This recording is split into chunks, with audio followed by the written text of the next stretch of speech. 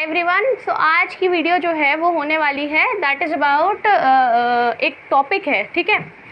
देखिए, जब भी हम हिस्ट्री पढ़ते हैं तो हिस्ट्री के अंदर तीन मेजर पोर्शंस हैं, एंशिएंट, मेडिवल और मॉडर्न, ठीक है। अब जब आप एंशिएंट पढ़ते हैं तो उसके अंदर आपको अर्ली हिस्ट्री से लेकर के पूरा जो आपका पीरियड है टिल द 6th सेंचुरी, ठीक है, 6th सेंचुरी तक, वहाँ तक आपको हिस्ट्री पढ़नी होती है। अर्ली हिस्ट्री से मेरा मतलब है कि from the emergence of human beings और किस तरीके से पेनिनसुला का फॉर्मेशन हो रहा है, वो सारी हिस्ट्री, और वहाँ से लेकर के पूरा 6th सेंचुरी तक, इसमें आपका अर्ली हिस्ट्री है, मतलब सॉरी, ये आपकी एंशिएंट हिस्ट्री है, ठीक है। तो पहला जो पोर्शन है वो आपका एंशिएंट हिस्ट्री है। एंशिएंट हिस्ट्री के अंदर आपको काफ़ी सारे टॉपिक्स हैं अलग अलग। फिर आती है आपकी मेडिवल इंडियन हिस्ट्री। तो मेडिवल इंडियन हिस्ट्री के अंदर अगर हम देखें तो from the 6th century onwards और from the 7th century onwards till the 17th century, 7वीं सदी से लेकर के 17वीं सदी तक जो है, जो पीरियड है, या 6ठी सदी से लेकर के जो 17वीं सदी तक जो पीरियड है, that is called the medieval Indian history. अगली जो हिस्ट्री होती है वो होती है आपका मॉडर्न, जो डिवीजन है क्लासिफिकेशन, उसके अनुसार तीसरा डिवीजन है मॉडर्न इंडियन हिस्ट्री। और मॉडर्न इंडियन हिस्ट्री है 17th सेंचुरी ऑनवर्ड, और फिर आपका स्ट्रगल फॉर इंडिपेंडेंस, और इंडिपेंडेंस के बाद किस तरीके से आज़ादी मिली, आज़ादी के बाद क्या क्या हुआ, वो सब आपका मॉडर्न इंडियन हिस्ट्री का पार्ट है, ठीक है। तो ये मैंने आपको इसलिए बता दिया ताकि थोड़ा सा फोरग्राउंड, थोड़ा सा आपका मेंटली आप प्रिपेयर हो जाएं, ठीक है। तो अब जो हम पढ़ने जा रहे हैं that is medieval Indian history का टॉपिक। एक्चुअली एक टाइमलाइन के फॉर्म में है, रूलर्स ऑफ दिल्ली, ठीक है। सो मेडिवल इंडियन हिस्ट्री जो है वो स्टार्ट हो रही है, मैंने आपको बताया, from the 7th century till the 17th century, ठीक। अब 7th सेंचुरी यानी 7वीं सदी से लेकर के 17वीं सदी तक ये आकर के रुकती है मेडिवल इंडियन हिस्ट्री जो है, ठीक है। अब मेडिवल इंडियन हिस्ट्री के अंदर जो टॉपिक्स हैं वो क्या क्या आएंगे, देखिए। सबसे पहले 7th सेंचुरी के अंदर जो आपके इमर्जेंस ऑफ रूलर्स है ना, अगर हम देखें 7th से लेकर के 11वीं सदी तक जो राजपूत रूलर्स हैं, उनका इमर्जेंस आपको देखना है कि कैसे वो पावर में आ रहे हैं, ठीक है। कब से लेकर के 7th सेंचुरी से लेकर के 11th सेंचुरी तक, ठीक है। उसके बाद में फिर आपका 11th सेंचुरी के बाद से इन्वेजन्स शुरू हो जाएंगे। कहाँ से? जिसके बारे में आपने अक्सर सुना होगा कि मोहम्मद गौरी का नाम आपने सुना होगा, है ना, महमूद ऑफ गजनी का नाम आपने सुना होगा। तो ये सारे लोग जो हैं ये इंडिया में आ रहे हैं, ठीक है। ये आपका मान लीजिए इस तरीके से, ये आपका सॉरी, इधर आपका जम्मू, ये आपका जम्मू का पोर्शन हो गया इस तरीके से, है ना। तो ये वाला जो पोर्शन है, इस वाले फ्रंटियर से लोग आ रहे हैं, फ्रॉम सेंट्रल एशिया, इन्वेजन्स हो रहे हैं, ठीक है। आप से देखेंगे 7th सेंचुरी के अंदर मीर कासिम, है ना, वो इन्वेड करते हैं सिंध को। सिंध कहाँ है? इधर, आज की डेट में पाकिस्तान में है सिंध, इतना याद रखिए। आपको पता है पाकिस्तान किधर है? इधर है ना। तो सिंध में इन्वेड करते हैं। इसी तरीके से जो आपके मोहम्मद गौरी आ रहे हैं, गजनी आएंगे, वो आएंगे फ्रॉम दी हाँ, तो वो ये सारे इन्वेजन्स हो रहे हैं इन 11th सेंचुरी एंड ऑनवर्ड्स। उसके बाद में क्या होगा कि यहाँ पर जो राजपूत पृथ्वीराज चौहान का नाम आप लोगों ने सुना होगा, उनकी डिफीट होगी, है ना। उसके बाद में फिर वो जो हिस्ट्री है हम आगे लेकर के जाएंगे, तो वहाँ पर फिर हम देखेंगे कि स्लेव डायनेस्टी पावर में आ रही है। इस डायनेस्टी का नाम स्लेव डायनेस्टी क्यों है? Y slave? स्लेव का मतलब होता है गुलाम, और डायनेस्टी मतलब हाउस ऑफ रूलर्स या ग्रुप, जो एक के बाद एक रूलर्स आते चले जाते हैं ना।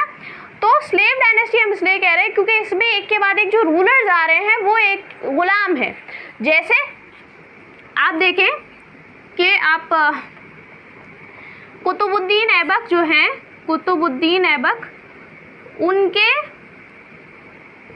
जो स्लेव थे वो थे इल्तुतमिश, जो उनके बाद बने रूलर, सुल्तान ऑफ दिल्ली, है ना, सुल्तान ऑफ द होल सल्तनत ऑफ द पीरियड। उसके बाद में इल्तुतमिश के बाद आए गयासुद्दीन बलबन, जो इनके थे स्लेव, ठीक है। तो इस तरीके से हमें ये पता चलता है कि एक के बाद एक वो रूलर्स आ रहे हैं जो स्लेव्स हैं, तो ये कहलाई स्लेव डायनेस्टी, ठीक है। अच्छा, इतनी बात आपको समझ में आ गई। अब इसके बाद में आप और आगे बढ़ेंगे, जब आप स्लेव डायनेस्टी से और नीचे आ जाएंगे, इसके बाद में आपकी 2-3 डायनेस्टीज और हैं। खलजी डायनेस्टी है जिसके अंदर अलाउद्दीन खलजी एक बहुत इंपॉर्टेंट रूलर हैं। उसके बाद में आप और नीचे आते चले जाएंगे, फिर आएगी आपकी एक तुगलक डायनेस्टी। तुगलक डायनेस्टी भी एक बहुत इंपॉर्टेंट डायनेस्टी है। क्यों? क्योंकि इसमें बहुत सारे इकोनॉमिक रिफॉर्म्स होंगे। इसी तरीके से खलजी डायनेस्टी में भी इकोनॉमिक रिफॉर्म्स होंगे, लैंड रिफॉर्म्स होंगे, यानी कि जिस तरीके से ट्रेड किया जा रहा है या जो बेसिक चीज़ें हैं उनमें कैसे बदलाव लाया जा रहा है वो हमें समझना है। इसके बाद जब आप और नीचे आ जाएंगे तो एक डायनेस्टी है आपकी सैयद डायनेस्टी और उसके बाद एक डायनेस्टी है लोधी डायनेस्टी। ठीक है, अब आप लोधी डायनेस्टी के बाद आ जाइए तो आ जाते हैं आपके मुगल्स। ठीक है, मुगल्स जो आप 1605 के अंदर हम देखते हैं कि अकबर हैं, फिर इनके बाद आएंगे जहांगीर 1605 में, है ना। तो इस तरीके से फिर मुगल्स आ गए। मुगल्स के बाद में हम देखेंगे कि फिर जो सूरी डायनेस्टी है, जो कि हुमायूं के बाद सूरी डायनेस्टी पावर में आएगी। तो ये सारी चीज़ें मैं सिर्फ आपको ये बता रही हूँ कि मेडिवल इंडियन हिस्ट्री क्या क्या कवर करेगी। ठीक है, तो आज हम शुरुआत करते हैं, शुरुआत नहीं करते हैं बल्कि एक टॉपिक हमने ऐसी रैंडमली ले लिया है कि हम समझेंगे कि जो आपके रूलर्स हैं दिल्ली के वो कैसे आ रहे हैं एक के बाद एक। ठीक है, तो इसमें सबसे पहले हम बात कर लेते हैं जो राजपूत रूलर्स हैं। ठीक है, राजपूत रूलर्स हैं। तो राजपूत डायनेस्टीज़ की अगर हम बात करें तो इसमें सबसे पहली डायनेस्टी आप देखेंगे जो कि दिल्ली में जिनका रूल रहा वो है तोमर। ठीक है, उसके बाद है चौहान। ठीक है, तो तोमर डायनेस्टी की बात करिए तो अर्ली 12th सेंचुरी से लेकर के अर्ली 12th सेंचुरी, देखिए अर्ली 12th सेंचुरी का मतलब है कि 1100 के शुरुआत के जो साल होंगे, है ना, 1105, 1110, 1115, 20, ये अर्ली वाला पोर्शन है ना, 25 तक। ठीक है, तो अर्ली 12th सेंचुरी से लेकर के 1165 तक का जो पीरियड है वो तोमर्स का पीरियड है। किसका है? तोमर, नाम याद रखना है आपको, तोमर्स का पीरियड है। इसके एक इम्पॉर्टेंट जो रूलर्स हैं वो है आनंदपाल तोमर। इनके टाइम आपको याद रखना है 1130 से लेकर के 1145 तक इनका रूल रहा। ठीक है, दिल्ली में। उसके बाद में एक और इम्पॉर्टेंट जो डायनेस्टी है वो है चौहान। ठीक है, चौहान जो है जिसको हम चाहमनाज भी लिखते हैं कहीं कहीं। ठीक है, ठीक है, तो चौहान जो है उनका जो पीरियड रहा वो रहा फ्रॉम 1165 टू 1195। ठीक है, 1165 से 1195 तक। देखिए डेट्स में कंफ्यूज मत होइए, आप देखिए 2022 आज डेट चल रहा है। ठीक है, कौन सा? एडी कह लीजिए इसको, है ना, या इसको आप सीई कह लीजिए। ठीक है, ये डेट आपकी चल रही है आज की डेट में। इसी तरीके से 1165 भी एक डेट है जो कि आज से तकरीबन 1000 साल पहले रही होगी, है ना। इस तरीके से आप देख सकते हैं 900 साल पहले आप माइनस कर लीजिए। तो ये इस हिसाब से डेट्स चल रही है, यहाँ कंफ्यूज होने की कोई ज़रूरत नहीं है। एक अलग से वीडियो हम डेट्स पर भी बना देंगे कि डेट्स आप कैसे देखते हैं इन हिस्ट्री। ठीक है, तो 1165 से लेकर 1195 तक ये रूल रहा दिल्ली में चौहान्स का। इसके बाद में जो एक इम्पॉर्टेंट रूलर आते हैं दिल्ली के अंदर वो है पृथ्वीराज चौहान। ठीक है, पृथ्वीराज चौहान आपने नाम सुना होगा। ठीक है, जिनकी शादी हुई थी एक गाहडवाला प्रिंसेस हैं, इनका नाम है संयुक्ता, या ठीक है संयुक्ता नाम है, उनसे इलोपमेंट हुआ था, शादी हुई थी। उसके बाद में काफ़ी विवाद क्रिएट हुआ था जिसकी वजह से उनको सपोर्ट नहीं मिला ऑफ द लोकल रूलर्स, है ना। तो गाहडवाला भी एक राजपूत कम्युनिटी है, रूलर्स की कम्युनिटी है। ठीक है, तो पृथ्वीराज चौहान जो है 1175 से लेकर 1192 तक इनका रूल रहता है। ठीक है, तो पहली हुई आपकी राजपूत डायनेस्टीज। राजपूत आपको समझ में आ गए। दो इम्पॉर्टेंट इसमें आपके हाउस ऑफ रूलर्स हैं, एक आपके तोमर्स हो गए, एक आपके चौहान हो गए। और इसमें एक एक रूलर का नाम इम्पॉर्टेंट है, वो आप याद रखेंगे। Anandpal Tomar, that is 1130 to 1145, और चौहान्स में आपके Prithviraj Chauhan, that is 1175 to 1192। ठीक है, इतना बेसिक है, क्लियर है। अब हम आगे बढ़ते हैं to the next house of to the next period. ठीक है, तो पहला पार्ट जो है वो राजपूत डायनेस्टीज है। उसके बाद में आ जाइए दूसरे पोर्शन पे। अब यहाँ हम देखते हैं कि अर्ली टर्किश रूलर्स आ रहे हैं। ठीक है, अर्ली टर्किश रूलर्स आ रहे हैं। ठीक है, टर्किश मतलब जो टर्की से आ रहे हैं, है ना। तो अर्ली टर्किश रूलर्स की अगर हम डेट देखेंगे तो दैट इज फ्रॉम 1206 टू 1290, ठीक है, फ्रॉम 1206 टू 1290। और पिछले जो पृथ्वीराज चौहान की जो लास्ट डेट देखी थी वो थी 1192, मैंने आपको लिखवाई है, आप देख सकते हैं उसमें 1175 से लेकर 1192 तक मैंने आपको डेट बताई थी, ठीक है। अब आप पूछो कि 1192 से लेकर 1206 के बीच में क्या हो रहा है ना। तो जो अर्ली टर्किश रूलर्स हैं इसमें पहले रूलर का जो नाम है वो है कुतुबुद्दीन ऐबक, ठीक है, कुतुबुद्दीन ऐबक। ये हमारे पहले रूलर हैं इस डायनेस्टी के। डायनेस्टी तो नहीं है, अर्ली टर्किश रूलर्स हैं, क्योंकि डायनेस्टी में क्या होता है, हायरार्की, मतलब हायरार्कियली या इनहेरिट करते हुए थ्रोन को एक के बाद एक रूलर्स बनते चले जाते हैं। लेकिन यहाँ पर ऐसा नहीं है। यहाँ पर अब जैसे कुतुबुद्दीन ऐबक हैं तो इल्तुतमिश इनके स्लेव हैं, इनके बेटे नहीं हैं, इनके कोई रिलेटिव नहीं है ना। तो ये एक इनहेरिटेंस ऑफ थ्रोन नहीं हो रहा है in the family, outside the family हो रहा है, ठीक है। तो कुतुबुद्दीन ऐबक जो है वो रूल में आते हैं। इनकी डेट है फ्रॉम 1206 टू 1210, ठीक है। तो आप ये देखो 11, हाँ मैं आपको ये बता रही थी कि 1192 से लेकर के 1206 के बीच में क्या हो रहा है। तो इसमें ये हो रहा है कि जो मैंने आपको बताया कि इन्वेजन्स हो रहे हैं, वो इन्वेजन्स हो रहे हैं। इसमें काफ़ी मोहम्मद गजनी आए, ठीक है, जिनका पृथ्वीराज चौहान से बैटल ऑफ तराइन होती है, फर्स्ट बैटल ऑफ तराइन। फिर आपके गौरी आते हैं, है ना। पहले तो आपके महमूद ऑफ गजनी आएंगे, फिर उसके बाद में मोहम्मद गौरी आएंगे, और वो इन्वेजन्स का पीरियड पूरा चलता रहेगा। सेकेंड बैटल ऑफ तराइन के बाद जो रूल है वो 1206 में कुतुबुद्दीन ऐबक के पास है। 1208 में कुतुबुद्दीन ऐबक जो है वो एक उनको अथॉरिटी भी मिल जाएगी रूलर की, क्योंकि ये स्लेव थे, ये मोहम्मद गौरी के गुलाम थे, ठीक है। क्योंकि गुलाम जो है वो रूलर नहीं बन सकता, और उसके लिए उसको एक सर्टिफिकेट, एक तरीके का डॉक्यूमेंट चाहिए होता है। उसका जो मालिक है वो उसे फ्री करता है फ्रॉम स्लेवरी। तो वो डॉक्यूमेंट की वजह से ये जो थे ये रूल तो कर रहे थे, क्योंकि मोहम्मद गौरी अपने भाई के साथ मिल करके, भाई जो थे उनके वो अपने लोकल कंट्री में रूल कर रहे थे, और गौरी जो थे वो इंडिया आ गए थे, है ना। तो वो उनके साथ रूल कर रहे थे, लेकिन उनकी डेथ के बाद जो रूल है वो संभाला कुतुबुद्दीन ऐबक ने। लेकिन ये रूलर नहीं बने थे, ठीक है, रूलर नहीं बने थे। फिर उसके बाद में 1208 में ये बन जाते हैं सुल्तान। क्या बन जाते हैं?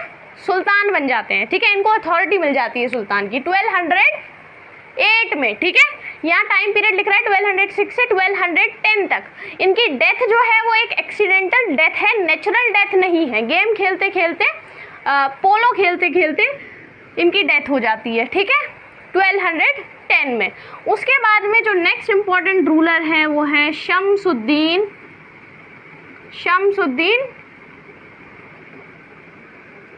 इल्तुतमिश, ठीक है। शमसुद्दीन इल्तुतमिश फ्रॉम 1210 टू 1236, ठीक है। शमसुद्दीन इल्तुतमिश वो स्लेव ऑफ कुतुबुद्दीन ऐबक, ठीक है।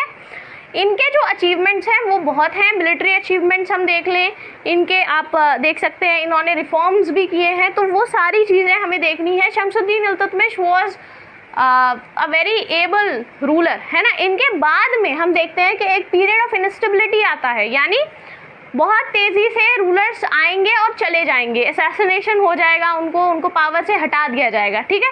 लेकिन इनका जो टाइम पीरियड है वो 26 साल रूल किया इन्होंने, ठीक है। ये भी स्लेव थे, लेकिन फिर ये सुल्तान बन गए। सुल्तान बने 1210 में, 1236 तक इन्होंने रूल किया। इसके बाद में एक रज़िया सुल्ताना का नाम आपने सुना होगा, वो इन्हीं की बेटी हैं, ठीक है, इन्हीं की बेटी हैं जो कि रूल में आई, सुल्तान बनी 1236 से लेकर 1240 तक। इसके बाद इनका असैसिनेशन हो गया, ठीक है, इनको पावर से हटा दिया गया। इसके बाद आगे बढ़ते हैं तो नेक्स्ट जो इम्पोर्टेंट रूलर हैं वो आते हैं गयासुद्दीन बलबन, ठीक है, BALBAN। इनका जो पीरियड रहा वो रहा फ्रॉम 1266 टू 1287, ठीक है। तो 1266 से लेकर 1287 तक इनका रूल रहा। अच्छा, अब इसमें यह है कि इस बीच में 1240 से लेकर के 1266 तक क्या हो रहा है। तो 1240 से लेकर 1266 तक बहुत कुछ हो रहा है। इल्तुतमिश के बेटे आएंगे रूल में, पावर में आएंगे। उसके बाद में इल्तुतमिश के पोते जो है वो ग्रैंडसन जो है वो पावर में आएंगे। बट उसके बाद में ये इन्होंने जो है ना उनको पॉइजन दे दिया, जो उनके पोते थे उनको पॉइजन दे दिया और फिर ये पावर में आ गए, ठीक है। सो इनका टाइम पीरियड आपको याद रखना है फ्रॉम 1266 टू 1287। इतना समझ में आ गया। ये आपके 4 अर्ली टर्किश रूलर्स हैं जो कि आपको बेसिक पता होना चाहिए कि इनका पीरियड कब से कब तक था। डिटेल में हम इनके बीच में जो रूलर्स आ रहे हैं उनकी भी बात करेंगे, पर आज के वीडियो में अभी हम इतना ही देखेंगे। Qutubuddin Aibak 1206 to 1210, Shamsuddin Iltutmish from 1210 to 1236, Razia from 1236 to 1240 and Ghiyasuddin Balban from 1266 to 1287, ठीक है। चलो आगे बढ़ते हैं। डायनेस्टी आएगी वो है हमारी खलजी डायनेस्टी, जिसमें एक बहुत इंपॉर्टेंट रूलर है अलाउद्दीन। चलिए तो अब हम बात करते हैं। देखिए 3 रूलर्स मैंने आपको बताया अभी तक, Rajput dynasties, early Turkish rulers, अब तीसरे हैं खलजी डायनेस्टी, ठीक है। खलजी डायनेस्टी आएगी आपकी 1290 में और चलेगी टिल 1320, ठीक है। अब इसके जो फाउंडर हैं उनका नाम है जलालुद्दीन खलजी, ठीक है। फाउंडर का नाम है जलालुद्दीन खलजी। उसके बाद में जो रूलर आएंगे उनका नाम है अलाउद्दीन खलजी, ठीक है। दोनों का टाइम पीरियड आप याद रखिएगा, फ्रॉम 1290 टू 1296 जलालुद्दीन खलजी, ठीक है। और दूसरे हैं 1296 से 1316 अलाउद्दीन खलजी, ठीक है। ये 2 इम्पॉर्टेंट रूलर्स हैं, ठीक है। और अलाउद्दीन खलजी को एक कहते हैं ही वॉज दी, हाँ, इसको रेवोल्यूशनरी एज भी कहते हैं। इसमें बहुत सारे चेंजेस ऐसे आए हैं जिससे कहीं ना कहीं समाज पे असर पड़ रहा है, ठीक है। तो ये रेवोल्यूशनरी चेंजेस भी कहलाते हैं, ठीक है। सो 1296 से 1316 तक जो पीरियड है that is of Alauddin Khalji, ठीक है। इतना लिख लिया आप लोगों ने। फिर इसके बाद में आगे बढ़ते हैं। ये हो गए। अगली जो इम्पोर्टेंट डायनेस्टी है वो है आपकी तुगलक डायनेस्टी, ठीक है। अगर आप ये डिटेल टाइमलाइन देखना चाहते हो तो दूसरा वीडियो आप देख सकते हैं। इसमें सिर्फ मैं आपको एक ओवरव्यू दे रही हूँ ताकि जो जो नाम आपने अभी तक सुने हैं उनको आप लिंक कर सकें, ठीक है।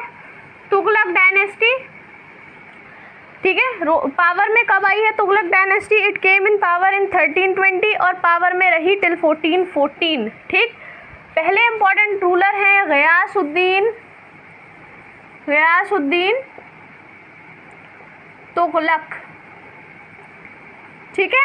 इनका जो टाइम है वो है फ्रॉम 1320 टू 1324, गयासुद्दीन तुगलक। दूसरे हैं मोहम्मद तुगलक। इनका जो टाइम पीरियड है दैट इज़ फ्रॉम 1324 टू 1351। इसके बाद में जो अगले रूलर हैं वो हैं फिरोज़ शाह तुगलक, ठीक है। इनका जो टाइम है दैट इज़ फ्रॉम 1351 टू 1388, ठीक।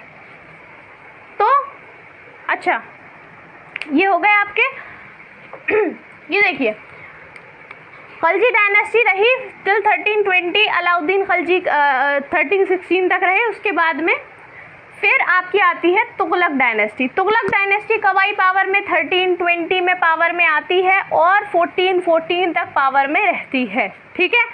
लगभग 100 साल 95 साल का ये पीरियड है, ठीक है। तो अब ये देखिए पहले रूलर हैं गयासुद्दीन तुगलक जो पावर में आते हैं 1320 में और 1324 तक ये पावर में रहते हैं 4 साल। इसके बाद में दूसरे रूलर हैं मोहम्मद तुगलक जो पावर में आए 1324 में और पावर में रहे 1351 तक, ठीक है। इसके बाद में तीसरे रूलर हैं फिरोज शाह तुगलक जो कि पावर में आते हैं 1351 में और पावर में रहते हैं टिल 1388, ठीक है। चलिए ये 3 इंपॉर्टेंट रूलर्स हैं, इनकी डेट्स याद रखिएगा। अब अगली डायनेस्टी पे आ जाते हैं, that is the 5th dynasty of this period. 5th dynasty है, 5वीं डायनेस्टी है जिसका नाम है सैयद डायनेस्टी। सैयद डायनेस्टी, ठीक। सैयद डायनेस्टी का जो पीरियड है दैट इज़ फ्रॉम 1414 टिल 1451, ठीक।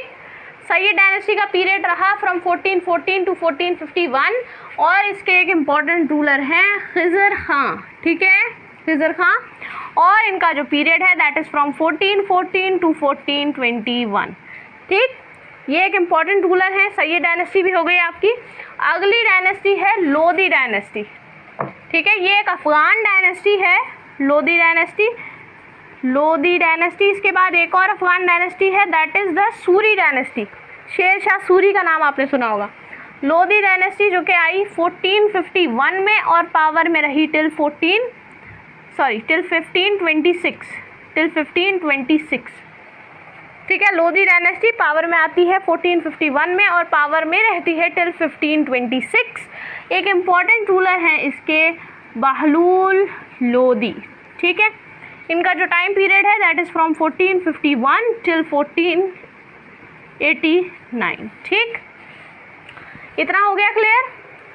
ये आपके कुछ इम्पॉर्टेंट रूलर्स थे जो कि इस पीरियड से बिलोंग करते हैं, ठीक है। अच्छा, इसमें एक चीज़ और है, 1316 से 1320 का जो पीरियड है, जो कि आप सोच रहे होंगे कि अलाउद्दीन खिलजी जो रहे वो रहे 1316 तक, है ना।